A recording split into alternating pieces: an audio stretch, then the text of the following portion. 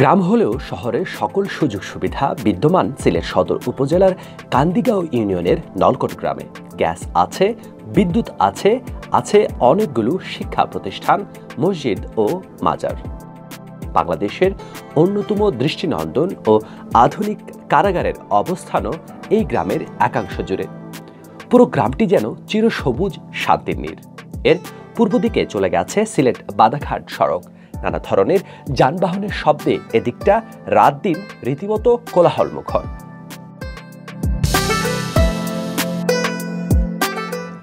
সিলেট শহরতলির এই গ্রামটি একসময় নল বা নলখাগড়ার জন্য বিখ্যাত ছিল। বয়স্করা জানালেন এই নলখাগড়া থেকেই গ্রামটির নাম হয়েছে নলকট। আম্বরখানা থেকে সিলেট সুনামগঞ্জ সড়ক ধরে আখালিয়া পেরোলেই তেমুখী পয়েন্ট। পয়েন্টের ডান দিক দিয়ে যে রাস্তাটি চলে গেছে সেটি হচ্ছে তেমুখী বাদাঘাট সড়ক। এই পথে অগ্রসর হলে মাইল দুয়েক পর হাতের বাঁদিকে দেখা যায় একটা সুদৃশ্য তোরণ। তোরণের মধ্যে শোভা পাচ্ছে দুটি বিমানের প্রতিকৃতি।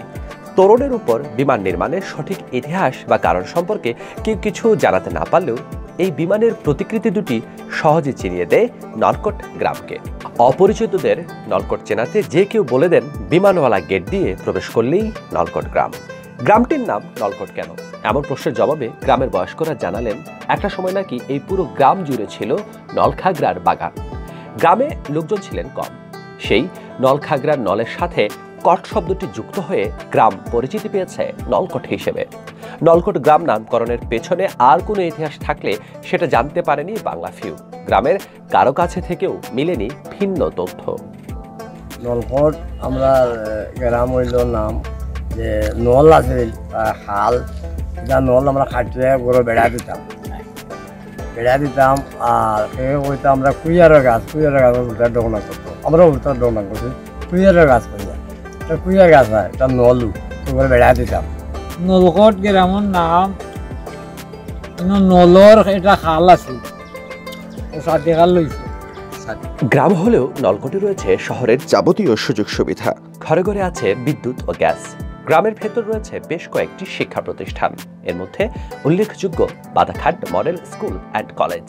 সাবেক অর্থমন্ত্রী মরহুম এম সাইফুর রহমানের হাত ধরে প্রতিষ্ঠিত এই কলেজটি গোটা এলাকায় উচ্চ শিক্ষার পথ অনেকটাই সহজ করে দিয়েছে। বিশেষ করে নলকট সহ আশপাশের গ্রামগুলোর নারী শিক্ষার বিকাশে এই কলেজটি খুব গুরুত্বপূর্ণ ভূমিকা পালন করছে বলেও স্বীকার করলেন গ্রামটির সচেতন মানুষজন। কলেজটি প্রতিষ্ঠাকালীন সময়ে গুরুত্বপূর্ণ অবদান রেখেছেন এই গ্রামের শিক্ষানুরাগী আব্দুল খালিক। জানালেন শিক্ষা প্রতিষ্ঠানটির যাত্রার কথা। আমার ছোট ভাই অলি, আব্দুল আলী, আহমদ ভাই, বসার, আব্দুল্লাহ, আমার চাচা এবং আমার ছোট ভাই আজিজ, আমরা খুব কষ্ট করছি এই স্কুলটা। তখন সাইফুর রহমান সাহেবের আমলে তখন উনি বললেন আমি তোমাদের ঠিক আছে, তোমাদের খান থেকে অভিনয় যেহেতু হাই স্কুল নাই, এই এলাকার ছাত্রছাত্রী কোথায় গিয়ে লেখাপড়া করবে। তখন আমরা জায়গা লাগে দৌড়াদৌড়ি করলাম, খুব কষ্ট করি আমরা গ্রামের সবাই বসিয়া স্কুলের জায়গার ব্যবস্থা আমরা করলাম। নলকট গ্রামে সরকারি প্রাথমিক বিদ্যালয় আছে একটি। বিদ্যালয়টিতে শিক্ষার্থীর সংখ্যা প্রায় 400। উপস্থিতি ভালো বলেও জানালেন প্রধান শিক্ষক। উন্নয়ন সংস্থা FIBDV পরিচালিত একটি স্কুলও এই গ্রামে একসময় শিক্ষার বিস্তারে কাজ শুরু করেছিল। অনেক বছর তারা সক্রিয় ছিলেন। এখন তারা তাদের কার্যক্রম গুটিয়ে নিলেও স্কুলটি একটি কিন্ডারগার্টেন হিসেবে চালিয়ে যাচ্ছেন স্থানীয় কয়েকজন শিক্ষিত তরুণ তরুণী। এছাড়াও আছে নলকট মোহাম্মদ বিন শামস হাফিজিয়া মাদ্রাসা, যা ইসলামী শিক্ষার প্রসারে যথেষ্ট অবদান রাখছে। এই গ্রামে মসজিদ আছে 3টি। এর মধ্যে একটি প্রাচীন মসজিদ। চুন সুরকি নির্মিত মসজিদটিতে এখন আর নামাজ বা ইবাদত বন্দেগী হয় না। এর পাশেই নতুন একটি মসজিদ তৈরি করা হয়েছে। এই মসজিদেই নামাজ ও অন্যান্য ইবাদত বন্দেগী করে থাকেন গ্রামের মানুষ। তবে ইতিহাস ও ঐতিহ্যপ্রিয় নলকট গ্রামবাসী প্রাচীন মসজিদটির অবকাঠামো নষ্ট করেননি, টিকিয়ে রেখেছেন যথাসাধ্য। গ্রামবাসী জানালেন মসজিদটির বয়স অন্তত 150 বছর তো হবেই, আরো বেশিও হতে পারে। এটি ভাঙা যায়নি বিশেষ আধ্যাত্মিক কারণে। যখন মসজিদটা প্রায় 150 বছর হয়েছে, মসজিদ 3টা গ্রাম, 3টা হয়েছে গ্রাম মসজিদ। আর আসলে আগে আছে 3 গ্রাম, जुम्मन मस्जिद पड़ता है क्या 3 ग्राम नवागांव नलकुचा नंबर পরে যার মসজিদ বানাইছিলেন যার গেছেন কি রইল ও মসজিদ ওনে এই মসজিদ থাকাকালে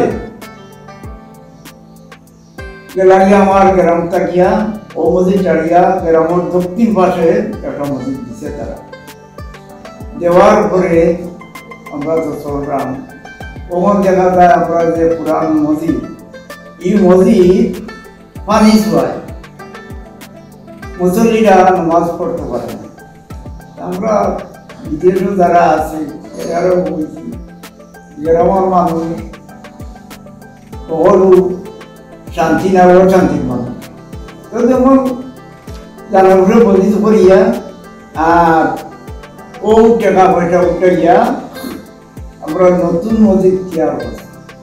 আধ্যাত্মিক সাধক হজরত শাহজালাল রহমতুল্লাহি আলাইহির অন্যতম সফরসঙ্গী হজরত ইউসুফ শাহ রহমতুল্লাহি আলাইহি ইসলাম প্রচার করতে এসেছিলেন নলকট এলাকায়। তিনি শেষ নিঃশ্বাসও ত্যাগ করেছিলেন এই গ্রামে। নলকট গ্রামের সাদিক খালের তীরে রয়েছে তার মাজার। এছাড়াও গ্রামটিতে রয়েছে বড় দুই অলির মাজার। নলকট গ্রামে রয়েছে খেলার বিশাল মাঠ।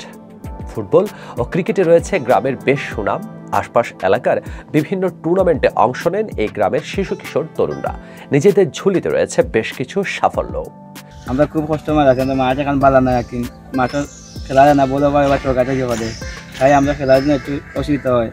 গ্রামের খেলার মাঠের পরেই আছে সার্বজনীন কবরস্থান। গ্রামবাসীর মধ্যে যাদের পারিবারিক কবরস্থান নেই তাদের সবাই লাশ দাফন করেন এই কবরস্থানে। গ্রামে আছে একটি কমিউনিটি ক্লিনিকও। বর্তমান সরকারের বদান্যতায় পাওয়া এই ক্লিনিক দিয়ে যাচ্ছে নলকট গ্রাম সহ আশপাশের এলাকার লোকজনকে স্বাস্থ্যসেবা। এছাড়া এই গ্রামের শিক্ষানুরাগী মরহুম মাওলানা আব্দুল বারী ও তার স্ত্রীর নামে আব্দুল বারী ও হাজি আবেদা খাতুন ফাউন্ডেশন নামে একটি সংস্থা বিভিন্ন সেবামূলক কাজ করছে। এসব কাজের মধ্যে উল্লেখযোগ্য হচ্ছে দুর্যোগে ত্রাণ বিতরণ, অর্থ সহায়তা, দরিদ্র শিক্ষার্থীদের বৃত্তি প্রদান ইত্যাদি। একদিকে দেশের অন্যতম দৃষ্টিনন্দন কারাগার, অন্যদিকে একটি মডেল স্কুল অ্যান্ড কলেজের সাথে আরও নানা ঐতিহ্য নিয়ে ছায়া সুনিবিড় শান্তির নীড় হিসেবে পরিচিত সিলেট সদরের কান্দিগাঁও ইউনিয়নের নলকট গ্রামবাসী সামাজিক বন্ধন আর ঐক্য নিয়ে আগামী দিনগুলোতে এমন শান্তিতেই থাকার প্রত্যাশা ব্যক্ত করেছেন বাংলা ভিউয়ের কাছে।